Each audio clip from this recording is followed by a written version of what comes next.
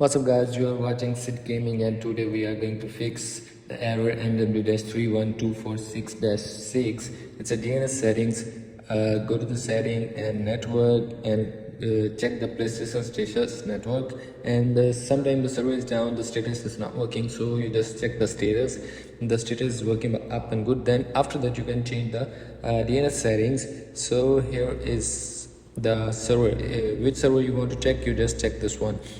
And here we go, the server is working up and good. If the server is not working, then wait, the server will fix automatically. And then go to the setup internet connection, and then I use Wi-Fi. Then go to the custom.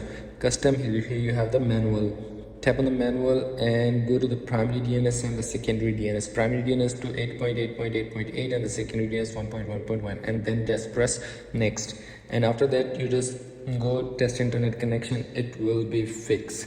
So that's how you can boost up a speed